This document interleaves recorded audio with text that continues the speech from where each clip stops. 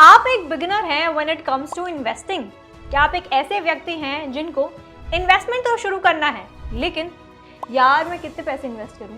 क्या इन्वेस्टमेंट करना ठीक है? क्या इन्वेस्टमेंट रिस्की है? कितने ऑप्शंस हैं? क्या मैं खुद इन्वेस्टमेंट करूं या फाइनेंशियल एडवाइजर से बात करूं? क्या आपको ये सारे क्वेश्चंस बॉदर करते हैं? तो दोस्त, आप बिल्कुल सही जगह पर हैं, क्योंकि आज हम इस वीडियो में बात करने वाले हैं 5 ऐसे low risk investment options for all the beginners. पर इससे पहले कि हम सारे 5 इन्वेस्टमेंट ऑप्शंस को एक्सप्लोर करें, मैं आपको एक चीज़ बताना चाहती हूँ। वो ये कि अगर आप एक बिगिनर हैं, आपने अभी तक कोई इन्वेस्टमेंट शुरू नहीं किया है, तो सबसे पहले आप अपने इन्वेस्टमेंट प्रोफाइल को जज करें। जब मैं इन्वेस्टमेंट प्रोफाइल कह रही हूँ, इसका मतलब है आपको ये जज करना होगा कि आपका रिस्क एपेटाइट कितना है, आपका इन्वेस्टमेंट गोल कितना है, आप कितने टाइम के लिए इन्वेस्टमेंट करना चाहते हैं और अभी के लिए आपका फाइनेंशियल सिचुएशन कैसा है। जब आप ये सारे फैक्टर्स को कंसिडर कर लेते हैं, जब आपको ये समझ आ जाता है कि आपका इन्वेस्टमेंट प्रोफाइल कैसा है, तभी आपको अगला स्टेप लेना होगा and that's when you start your investment journey. तो चलिए अब जानते हैं वन बाय वन कि कौन कौन से बेस्ट इन्वेस्टमेंट ऑप्शन हैं for all the beginners.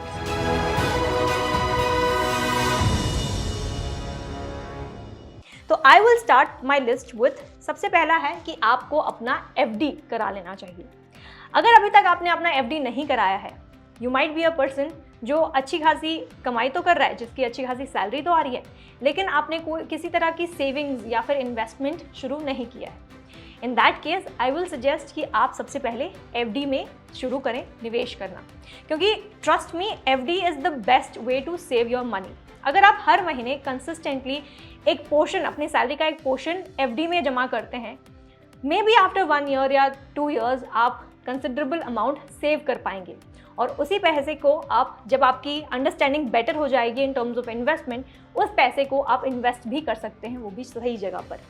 With that said, चलिए ये भी अब जान लेते हैं कि आज अगर आप FD में इन्वेस्ट कर रहे हैं, तो अगर आप 1 साल के लिए, 2 साल के लिए या फिर 3 साल के लिए या फिर 5 साल के लिए इन्वेस्ट करते हैं, तो कौन सा इन्वेस्टमेंट ऑप्शन या फिर कौन से बैंक्स में आप इन्वेस्ट कर सकते हैं। I will talk about the top 3 banks under each tenure. तो सबसे पहला है, अगर आप 1 साल के लिए करते हैं तो best option I would suggest is Equitas small finance bank. अब यहाँ पर अगर आप 1 साल के लिए इस बैंक में अपने पैसे जमा कर रहे हैं, तो it is giving you an interest rate of 8.2%। Second option है इंडसइंड बैंक, जो 7.75% का इंटरेस्ट ऑफर कर रहे हैं on 1 year FD। Next, yes bank which is offering 7.5% on FD। तो ये थे टॉप 3 अगर आप FD में 1 साल के लिए निवेश कर रहे हैं तो। सेकेंड ऑप्शन है आपका 2 year FD and the first bank is DCB bank which is giving you 8% interest rate on 2 years FD। Next है आपका IDFC फर्स्ट बैंक, जो आपको 7.75% का इंटरेस्ट ऑफर कर रहे हैं।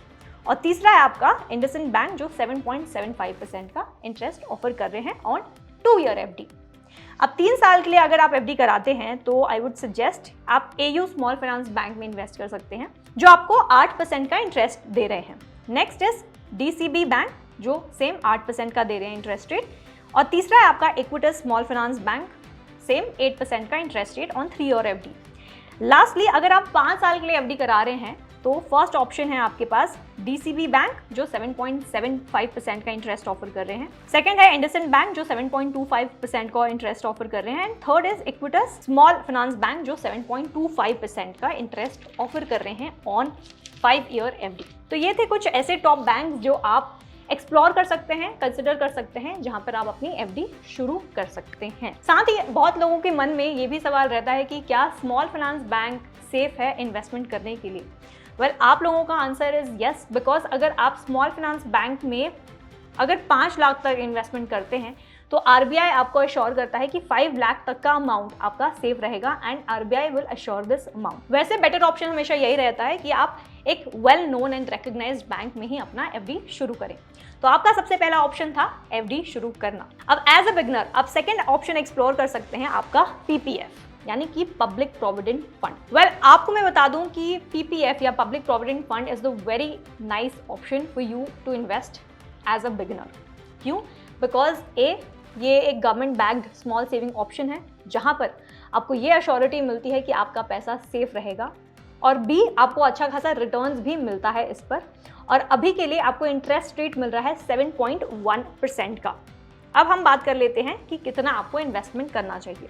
और पीपीएफ की बात करें तो कोई भी इंडियन सिटीजन इसमें इन्वेस्ट कर सकता है और मिनिमम आपको इन्वेस्ट करना होगा 500 रुपीज और मैक्सिमम इन 1 फाइनेंशियल ईयर आप कर सकते हैं 1.5 लाख तक का इन्वेस्टमेंट। अब आपके मन में ये सवाल ज़रूर आया होगा कि मैं अगर एक बिगिनर हूँ, मैंने इन्वेस्टमेंट शुरू नहीं किया है, तो why should I choose PPF, correct?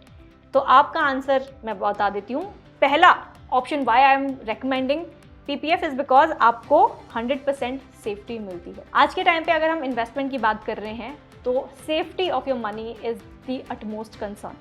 आपको सबसे पहले ये इंश्योर करना होगा कि जो भी प्रिंसिपल या जो भी कंट्रीब्यूशन आप कर रहे हैं किसी भी इन्वेस्टमेंट इंस्ट्रूमेंट में, आपका पैसा 100% सेफ है या फिर नहीं।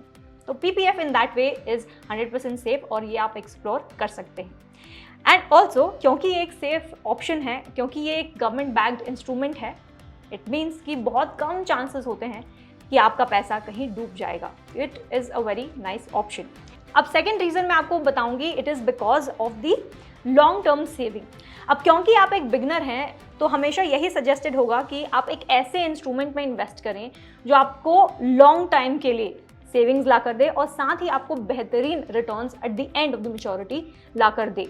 और पीपीएफ इज़ वन इंस्ट्रूमेंट जो आपको ये इंश्योर करता है। तो पीपीएफ में अगर आप इन्वेस्ट करते हैं आज, तो मैं आपको बता दूं 15 साल का इसका टेन्यर होता है, which is a very long tenure, but it also gives you a compounding interest. क्योंकि जब भी आप इन्वेस्टमेंट करते हैं, the longer period you are investing in for, तो उतना ही बेहतर रिटर्न या फिर कंपाउंडिंग रिटर्न आपको मिलता है और इन्वेस्टमेंट के लिए यही सही होता है। और तीसरा बेनिफिट इसका ये भी है कि ये बहुत फ्लेक्सिबल इन्वेस्टमेंट ऑप्शन भी है। अगर आप चाहते हैं, अगर आपको लगता है कि 15 साल बहुत ज़्यादा लंबा हो गया, then in that case partial withdrawal भी अलाउड है, लेकिन अंडर सर्टेन कंडीशंस ओनली। और चौथा सबसे बड़ा बेनिफिट इसका ये है कि ये एक triple E tax benefit investment option है। ट्रिपल ई यानी कि एग्जेम्प्ट, एग्जेम्प्ट एंड एग्जेम्प्ट। इसका मतलब ये है कि जितना भी पैसा आप इसमें आज इन्वेस्ट करते हैं वो टैक्स फ्री होगा, इसमें आपको कोई भी टैक्स नहीं भरना होगा। सेकेंड एग्जेम्प्ट इज जो भी रिटर्न आप इस पर कमा रहे हैं, जितना भी इंटरेस्ट आपको मिल रहा है अपने इन्वेस्टमेंट पर, उस पर भी आपको कोई टैक्स नहीं भरना पड़ेगा। और तीसरा एग्जेम्प्ट कि जितना भी आप रिटर्न लेते हैं, आपका प्रिंसिपल एंड इंटरेस्ट जब मैच्योरिटी के बाद आप निकालते हैं, उस पर भी कोई टैक्स आपको नहीं भरना पड़ेगा। तो ये एक बहुत ही अच्छा इन्वेस्टमेंट ऑप्शन है जो आपको डेफिनेटली ट्राई करना चाहिए, एक्सप्लोर करना चाहिए if you are a beginner. अब तीसरा कमाल का इन्वेस्टमेंट ऑप्शन आपके पास है नेशनल सेविंग सर्टिफिकेट। अब नेशनल सेविंग सर्टिफिकेट एक तरह का गवर्नमेंट बॉन्ड होता है जो गवर्नमेंट इशू करते हैं, और ये सर्टिफिकेट आप किसी भी ऑथराइज्ड बैंक ब्रांच जाकर या फिर पोस्ट ऑफिस में जाकर खुला सकते हैं and you can start saving in this account. अब मैं आपको बता दूं, इसका टेन्यर होता है 5 साल या फिर 10 साल का भी, जितना आप चाहें उतने साल के लिए ये सेविंग्स अकाउंट खोल सकते हैं। एंड यहाँ पर मिनिमम आपको डिपॉजिट करना होगा 1000 रुपये। और इसकी कमाल की बात तो ये है कि यहाँ पे कोई मैक्सिमम लिमिट नहीं है, तो आप जितना सेव करना चाहते हैं उतना ज़्यादा सेव कर सकते हैं। अब अगर यहाँ पे हम इंटरेस्ट रेट की बात करें तो इंटरेस्ट रेट भी कमाल का है, जो है 7.7% पर एनम। अब ये इन्वेस्टमेंट ऑप्शन इसलिए भी बेहतर है when compared to if you are talking about say debt funds या फिर hybrid funds। debt funds और hybrid funds मैं आपको बता दूं एक तरह का म्यूचुअल फंड है, और अगर आप इतना रिस्क नहीं लेना चाहते with your investment and you want to go with safe investment option, तो NSE इज द ऑप्शन जो आप एक्सप्लोर कर सकते हैं। साथ ही और एक बड़ा बेनिफिट इसका ये है कि अंडर सेक्शन सी ये क्वालिफाई करता है, यानी कि अंडर सेक्शन 80C आप इसमें पैसे डालकर अपना टैक्स भी बचा सकते हैं। अब चौथा best investment option for you as a beginner is कि आपको गोल्ड में इन्वेस्ट करना चाहिए। क्यों? Because gold, let me tell you, has maintained its value over a period of time. Over centuries हमने ये देखा है कि गोल्ड अपने परचेजिंग पावर को बहुत ही बेहतरीन तरीके से मेंटेन करके रखता है। एक ऐसा एसेट है जो आपको वेल्थ प्रिजर्वेशन देता है, साथ ही स्टेबिलिटी भी देता है। यानी कि मान लें कि अगर कभी इन्फ्लेशन आता भी है तो it acts as a hedge against inflation.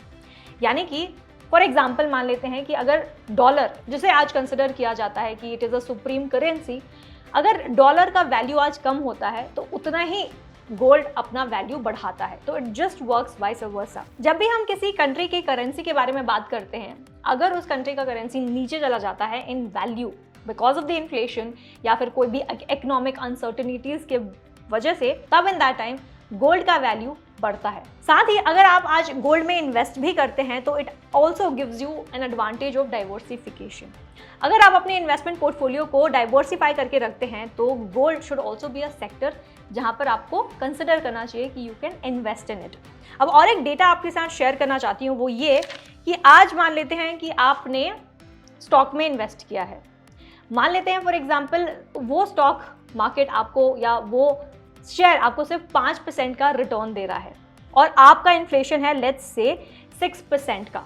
In that case gold ही एक ऐसा एसेट बन जाएगा जो इन्फ्लेशन के अगेंस्ट हेज कर आपको वेल्थ प्रिजर्वेशन देता है। तो इसीलिए इट इज़ ऑलवेज बेटर कि अगर आप आज स्टॉक में इन्वेस्ट करते हैं या फिर एक ऐसे इन्वेस्टमेंट एवेन्यू में इन्वेस्ट करते हैं जो रिस्की हो, it is also better to invest in gold. क्योंकि जब भी ऐसा देखा गया है over a period of time, जब भी सेंसेक्स नीचे आता है गोल्ड का प्राइस ऑटोमेटिकली ऊपर चला जाता है। Because most of the investors जिन्होंने सेंसेक्स में, स्टॉक मार्केट में इन्वेस्ट किया है, वो अपने पैसे निकाल कर गोल्ड में डाल देते हैं and that is the reason why gold का प्राइस ऑटोमेटिकली ऊपर चला जाता है। तो इसीलिए अगर आप एक बिगिनर हैं, अगर आपको इन्वेस्टमेंट करना है तो gold should also be an investment option जो आपको एक्सप्लोर करना चाहिए।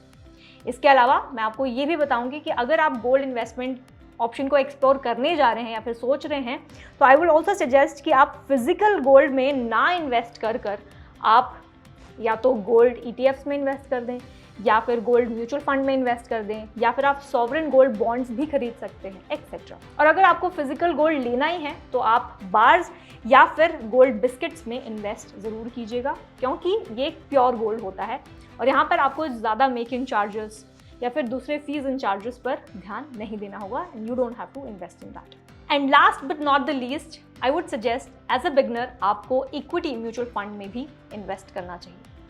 क्यों? बिकॉज इक्विटी एक ऐसा इन्वेस्टमेंट ऑप्शन है जो आपको over a long period of time अच्छे बेहतरीन रिटर्न्स लाकर दे सकता है और खासकर अगर आप एक बिगिनर हैं तो आपको ये डेफिनेटली एक्सप्लोर करना चाहिए, क्योंकि आपको ये कंपाउंडिंग रिटर्न देगा इन फ्यूचर।